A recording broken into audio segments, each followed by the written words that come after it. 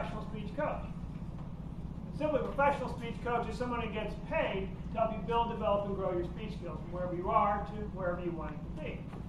You know, you might think, okay, great, Tim, finding out what a professional speech coach is, but do I need a professional speech coach? And the thing is, not everybody needs that. Not everybody can necessarily use that.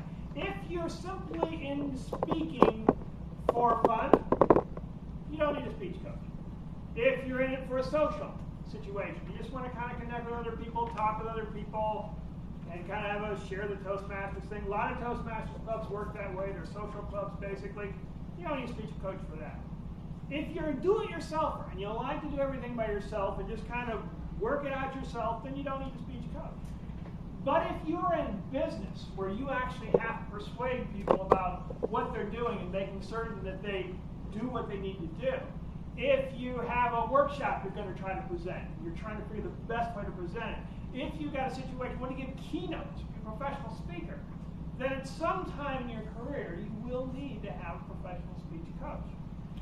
Now the thing about it is that, okay, great, Tim, fine, maybe I need a professional speech coach, but why you? What have you done? And I've met several clients who have actually quite a few, some of them actually from this club, so I'll start with that. Some of them actually in this room. In fact, I'll use 3 examples from this room. One is Ken. Ken Brzezinski, yeah, Professor Ken Brzezinski. Dr. Ken Brzezinski, if you were at my last speech. You got it, Tim. Bow down before. Now Ken came to me and said, Tim, I want to figure out a way to take these abstruse, I'm a rocket scientist, I want to figure out a way to bring this stuff and kind of bring it down to a level that people can get, and I just don't bore the pants. What am I supposed to be doing? So we talk about different ways of creating conversation. How do you create conversation with a speech? Where you go back and forth with the speech, and involve the audience, and pull them in and involve them. How do you do that? How do you make that happen? And Ken discovered he's great at storytelling. As you just heard, isn't that a great story that Ken told? Yeah, I think so. Great? Yeah. Very modest. Yeah. Discovered he's so good at it, he starts going around the storytelling clubs now and starts giving stories to people because it's comfortable now. He now understands how a story works, how it all fits together, and that happens as the coaching process we had. You just heard Pat, and the thing you didn't hear about Pat is that coaching Pat because she's in graduate school. And what they're asking Pat to do basically is create workshops. So I want you to create a workshop where you have one workshop discussing one technique, one workshop discussing another technique. Now that's a completely different thing from your normal speech. In normal speech, you try to get people's attention, you try to have some content there, you get a technique, you've got some sort of selling going involved. That's a normal speech. Pat's not doing it. She just really needs to focus on the technique and get people to participate and learn something. Did you learn something from what Pat was talking about? A little bit? Yeah. Ben's learned something. That's good. Thanks, Ben. Come back. Pat will be doing another one.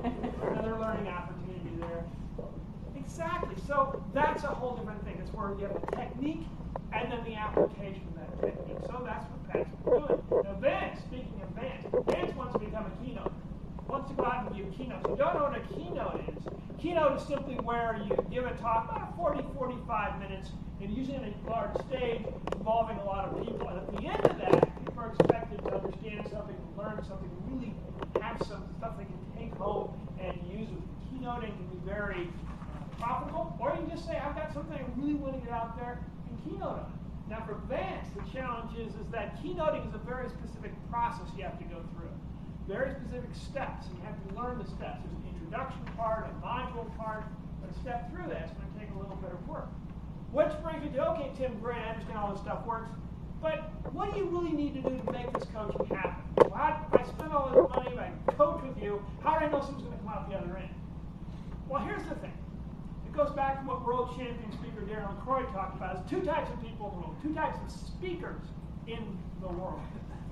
One type of speaker is the speaker who's uncoachable. Uncoachable. In other words, whatever you say, they're not going to do it. No matter what advice you give, they're not going to do it. You can suggest it, you can go through it, they're not going to do it. So you know people like that, they just aren't going to do anything like that? Maybe you're a person like that. It happens. Uncoachable. The person who gets the most out of the program is somebody who's coachable. Someone who can learn, is willing to try something. Okay, Tim, I don't know if it's going to work for me, but I'll try it. I'll put the application in, I'll do it, and see what comes out the other side. Not only that, they're willing to fail. Frank get better, you have to fail. And they're really a lot better to fail faster.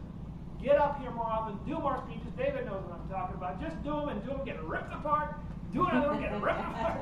Do it again and ripped apart, because every time you get ripped apart, I wish Dan Lone was here, your muscles build. In fact, that's the way muscles naturally build. They get ripped apart and then they heal. Ripped apart and they heal. They start to build. That's how it works, right? You rip them apart and then they heal. Yeah, right. Exactly. So that's how it all works. So okay, Tim, great. So what are the benefits? Well, what will happen is if you start doing this speech coaching process, you start learning through speech coaching, you discover that people start paying attention to you when you're talking.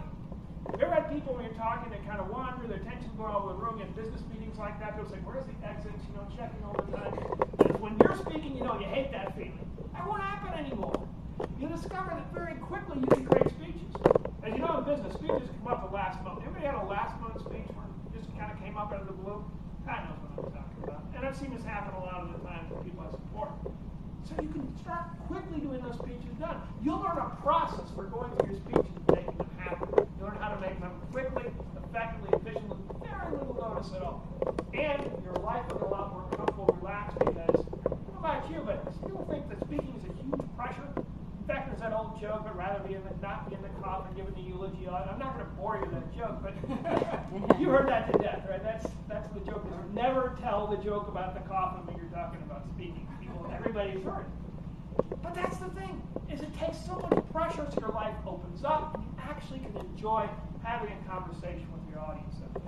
So if you want to have that attention, get people focused, have the simple process working through things, have a better life, you need a professional speech coach. So talk to me, let me know your speaking needs, and I will make your speaking dreams come true.